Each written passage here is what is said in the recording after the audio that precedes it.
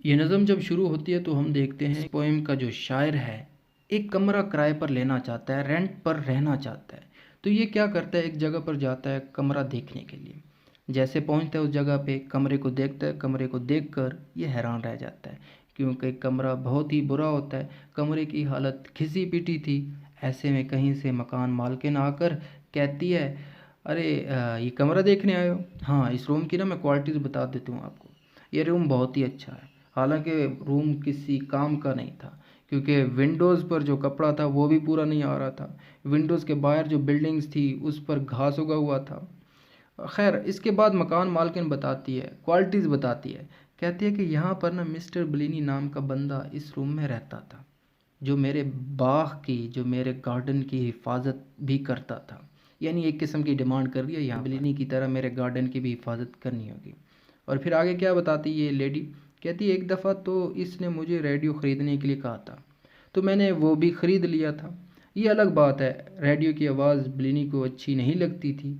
यही वजह कि जब भी रेडियो मैं चलाती थी ना, तो ब्लिनी अपने एयर्स में ना रुई डाल देता था, कपास डालता था, ताकि आप इसको ना रेडियो की आवाज़ सुनाई ना दे। यहाँ पर ये पोइट सब कुछ खुले कानों के साथ सुन रहा था। तो पोइट क्या करता है ये सब सुनने के बाद? तो पोइट इस घिसे पिटे रूम में ना रहने का फ़ैसला करता है। ये पोइट सब कुछ फ़ील करना चाहता था जो ब्लिनी ने इस रूम में फ़ील किया था। आखिर पर हम देखते हैं कि ये पोइट आयरॉनिकली बात करता है, तंजन बात करता है। कि कौन सी बात करता है? कि जैसे जिस अंदाज से लोग कहीं पे भी रहते हैं, अगर वो जगह घिसी पिटी है, वो जगह बुरी है ना, तो उन लोगों की थिंकिंग भी वैसे ही बन जाएगी। वो लोग उसी एनवायरनमेंट के साथ चलेंगे, उसी माहौल के साथ चलेंगे। तो उम्मीद करता हूँ यहाँ तक सब कुछ क्लियर है। तो अब चलते हैं इस पोएम की लाइन बाय लाइन ट्रांसलेशन करते हैं और समझते हैं कि इसमें क्या कहा गया है। This was Mr. Blinny's room. He stayed the whole time he was at the bodies till they moved him. Poet यहाँ पे कहना चाहता है कि ये जो कमरा है ना मिस्टर ब्लिनी का है, यहाँ पर ये रहता था और ये कारों के कारखाने फैक्ट्री में ना, जिसका नाम द बॉडीज़ है, वहाँ पे काम करता था। बाद में इस कंपनी ने इसे यहाँ से दूसरी जगह पे मुंतकिल कर दिया था, ट्रांसफ़र कर दिया था। Flowered curtains thin and frayed fall to within 5 inches of the sill. अब जिस कमरे में आकर ये रहता है ना ये पोइट, ये कमरा बहुत ही बुरी हालत में है।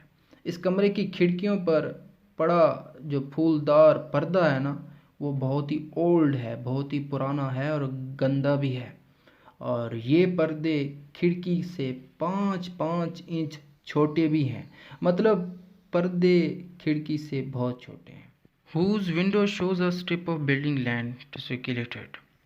यानी इस कमरे से बाहर जब ये पोइट विंडो से देखता है ना, तो इससे बहुत सारी घास विंडो से नज़र आती है और ये घास बिल्डिंग्स पर चढ़ी मिलती है। Mister Bullini took my bit of garden proper in hand. अब ये कमरा, ये जो पोइट है ना हमारा देख रहा था, तो इस कमरे की मकान मालकिन आती है और कहती है, मिस्टर बुलिनी नाम का बंदा जो इस कमरे में पहले रहता था, वो मेरे गार्डन की देखभाल भी करता था और मुझे उम्मीद है तुम भी देखभाल करोगे। Bed upright chair 60 watt bulb, no hook behind the door, no room for the books bags। Poet यहाँ पर कहता है कि इस कमरे में ना एक चेयर, एक बेड और 60 वाट का एक बल्ब भी था, और हाँ, दरवाजे के पीछे कोई हुक नहीं थी। इस रूम में कोई जगह नहीं थी किताबों के लिए और ना ही बैग्स के लिए। I'll take it. So it happens that I lie where Mr. Billion lay and stub my fags on the same saucer's veneer। और यहाँ पर क्या होता है, ये पोइट कहता है, ये सब देखने के बाद, ये सब सुनने के बाद कहता है, फिर भी मुझे इस कमरे में ना रहना है। क्यों रहना है, क्यों ये रहना चाहता है? क्योंकि इस कमरे में मिस्टर ब्लिनी रहता था। तो पोइट कहता है कि अगर मैंने कमरे को किराए पर लेना है ना, तो क्या होगा? होगा कुछ नहीं, लेकिन मैं भी वहीं लेट सकता हूँ जहाँ पर मिस्टर ब्लिनी लेटा था, और मैं भी एक यादगार लम्हे की तरह ना सिगरेट को पीकर उसकी राख को उड़ाकर बर्तन में डालूंगा। And try stuffing my years with cotton wool. और ये पोइट क्या कहता है? कहता है कि हाँ, जैसे बिलिनी अपनी कानों को कॉटन से, वूल से अपने कानों को बंद करता था ना, मैं भी बंद करूँगा। क्यों बंद करूँगा? To drown the jabbering set he egged her on to buy. मैं इसलिए बंद करूँगा क्योंकि जैसे बिलीनी उस रेडियो की आवाज़ सुनकर कानों को बंद करता था, मैं भी कानों में रुई डालकर, वूल डालकर, कपास डालकर अपनी आवाज़ को ना, जो उस रेडियो की है, उस आवाज़ को नहीं सुनूंगा, उस आवाज़ को बंद करूँगा। और ये रेडियो, इस बिलीनी ने मकान मालकिन को खुद कहा था कि बाय कर ले, मगर बाद में खुद ही तंग आ गया था इस रेडियो की आवाज़ से।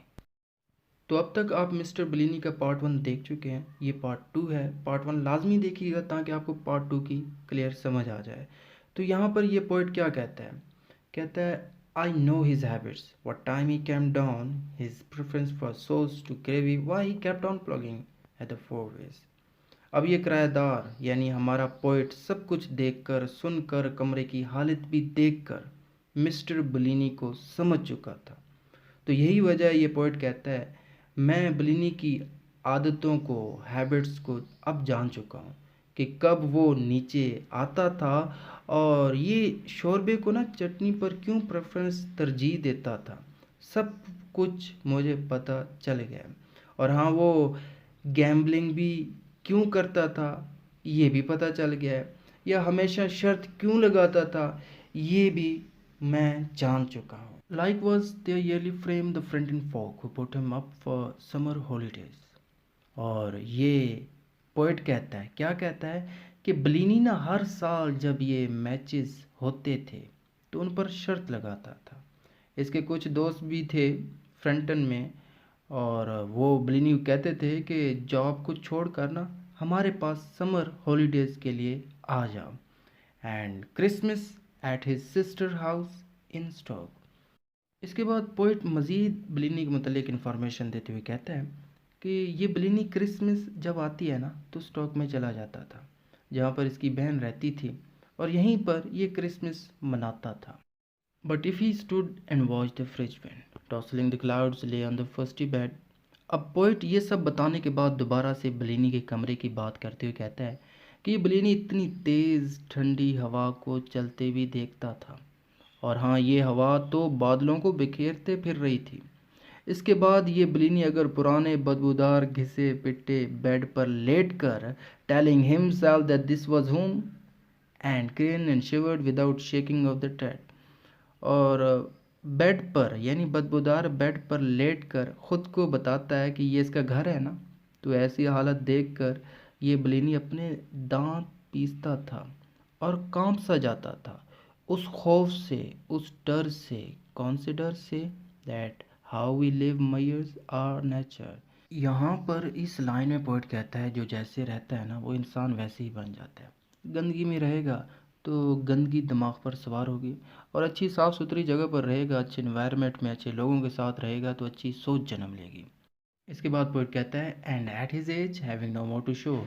इस बुलिनी के पास ना इस उम्र में कुछ शो करने के लिए नहीं है, कुछ इसके लिए नहीं बचा।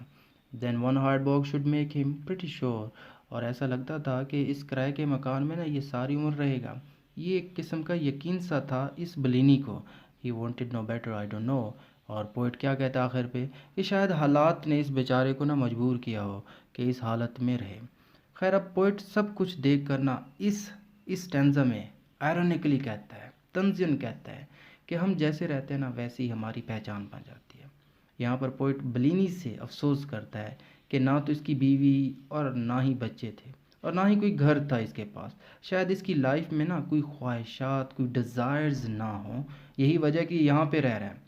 पोइट ये भी कहता है कि किस तरह इस बूढ़े आदमी ने अपनी पूरी ज़िंदगी एक हायर्ड बॉक्स में, एक किराए के घर में गुजार दी। और ये भी हो सकता है कि इसके पास पैसे नहीं थे, या ये इसकी इकोनॉमिकल कंडीशन बहुत बुरी थी, या इसके हालात इस बात की इजाज़त नहीं देते कि इसका अपना घर हो। यही वजह है कि ये किराए के मकान में रहा है। तो उम्मीद करता हूँ आपको ये सब कुछ क्लियर हो गया है, लाइन बाय लाइन ट्रांसलेशन। तो अगर ये पसंद आए तो लाइक कीजिएगा, सब्सक्राइब कीजिएगा, अपना फीडबैक कमेंट में देना ना भूलिएगा। Thank for watching this.